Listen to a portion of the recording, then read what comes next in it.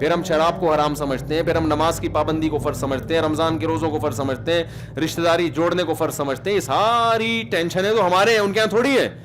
ہمارے اچھا بننے کے لیے بہت سارے پاپڑ بیلنے پڑتے ہیں. گوروں کے اچھا بننے کے لیے بات کرنے سے پہلے تھینک یو, بات کرنے کے آخر میں تھینک یو, اور پیسوں کا لین دین بس صاف رکھو, ٹیکس ٹائم پہ دیا کرو, یہ جنت الفردوس میں جائے گا.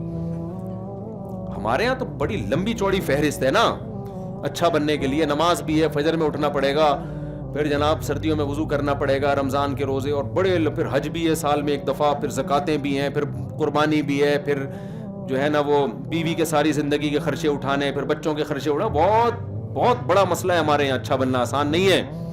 تو یا تو وہ بن جاؤ یا کیا بن جاؤ, یہ والا سسٹم لے لو, دونوں میں آدھی ٹانگ ادھر, ایک ٹانگ ادھر ایک ٹانگ ادھر.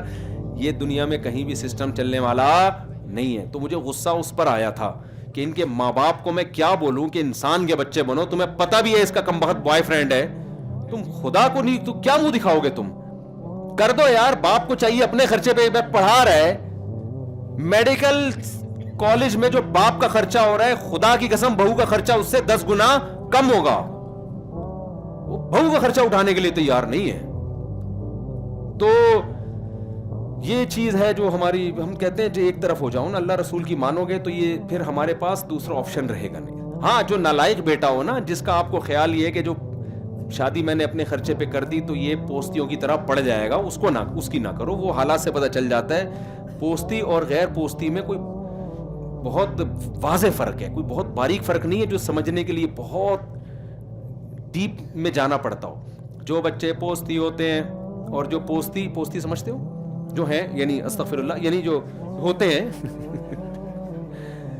تو جو بچہ سمجھدار ہوتا ہے نا, ابا کو پتا ہوتا ہے اپنے خرچے پہ اس کا میں نے نکاح کرا دیا تو یہ میرے اوپر بوجھ نہیں بنے گا, یہ اپنی ایجوکیشن کو کمپلیٹ رکھے گا. تو وہ پڑھ رہا ہے, نمبر اچھے آنے سے اندازہ ہو جائے گا بھی یہ پوستی نہیں ہے, اس کی شادی کرا دی جائے. ایسے لوگ بھی ہیں الحمدللہ. اور بچی کا تو ویسے ہی سسرال پہ خرچہ ہونا چاہیے. بھائی میڈیکل کالج میں پڑھ رہی ہے تو لڑکے کو بول دیا ابا کہ تم پڑھاؤ گے, تمہاری بیوی ہے. ریڈی میڈ بہو چاہیے پڑھی لکھی, خرچہ ابا کا ہو, فائدہ کون اٹھائے؟ سسر اور ساس اٹھائے جن کا 5 روپے بھی خرچ نہیں ہوئے. یہ سیٹ اپ صحیح نہیں ہے. سمجھتے ہو کہ نہیں سمجھتے؟ بہو آپ کو ڈاکٹر چاہیے تو آپ کو انٹر کے بعد بہو ملے گی, ڈاکٹر آپ نے اس کو اپنے خرچے پہ بنانا ہے. آپ کا خرچہ ہوگا, ڈاکٹر آپ کے خرچے پہ ہوگا. باپ کے ذمہ نہیں ہے کہ وہ ڈاکٹر بنا کے پلی پلائی آپ کو ڈاکٹر آپ کے حوالے کر دے اور ساری زندگی وہ آپ کی توند بھرے بیٹھ کے پھر وہ, سمجھ رہے ہو نا. اور غیرت مند لوگ اس سیٹ اپ کو بالکل بھی پسند نہیں کرتے. تو یہ اللہ اور اس کے رسول کے احکام ہیں. تو جو نوجوان اس طرح سست ہو اس کو میں کبھی بھی نہیں اپریشیٹ کرتا کہ ابا اس کی شادی کرا دے. وہ ابا نے کرائی نا, جو تھوڑا بہت ہل رہا ہے نا وہ ہلنا بھی چھوڑ دے گا, جو اس طرح کے نالائق لڑکے ہیں.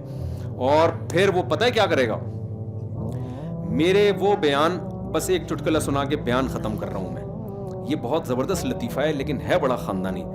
گورنمنٹ نے پروجیکٹ دیا کسی کو درخت لگانے کا 3 آدمیوں کو. تو ایک آدمی نے دیکھا ایک آدمی گڑھا کھود رہا ہے, دوسرا اس میں جو مٹی باہر نکلی ہے ڈال کے بند کر رہا ہے. اس نے کہا یہ کیا ڈرامہ ہو رہا ہے, گڑھا کھودتے کیوں جب مٹی ڈال کے بند کرنا ہے.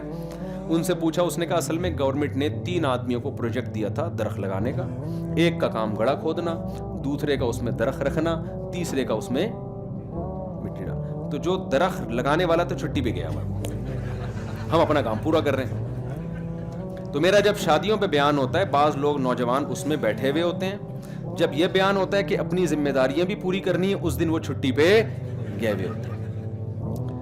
جس دن میرا بیان سنا ہوتا ہے کہ بچے اسپیڈ سے پیدا ہونے چاہیے, گروتھ ریشو بڑھاؤ, اس کے بہت سارے فائدے ہیں, اس دن وہ بیان سن رہے ہوتے ہیں. جس دن یہ ہوتا ہے کہ یہ اسپیڈ آپ کے خرچے پہ ہوگی, ابا کے خرچے پہ نہیں ہوگی, اس دن وہ بیان میں چھٹی پہ گئے ہوئے ہوتے ہیں. تو ایسے پوستیوں کی جب ان کے ماں باپ شادی کرا دیتے ہیں, پہلے ہی کچھ نہیں کر رہے ہوتے, وہ کہتے ہیں یار ایک شادی تھی جس نے ہمیں موٹیویشن ملتی تھی کہ کچھ اچھے بن جائیں تو رشتہ اچھا ملے گا, تو وہ بالکل ہی سست بن کے بیٹھ جاتے ہیں.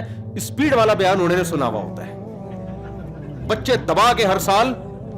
تو ابا کی ٹینشن بڑھتی چلی جاتی ہے کہ اس بہو کا بھی میرے ذمہ داری. اور تو اس قسم کے جو اسپیڈ کم نہیں کرو, میرا مطلب یہ نہیں ہے کہ اسپیڈ, میں یہ کہہ رہا ہوں کہ جو بچوں میں ذمہ دار ہے نا, جو پڑھ رہا ہے, نمبر اچھے آ رہے ہیں, اس کا مطلب یہ ذمہ دار ہے, اس کی اپنے خرچے پہ شادی کرا دیا کرو. اس سے تمہاری بیٹیوں کی بھی بر وقت شادی ہو جائے گی. کوئی ایسا نالائق ہوگا جو کہے گا ہم بھی کسی کی بیٹی کو اپنے خرچے پہ پڑھا دیتے ہیں.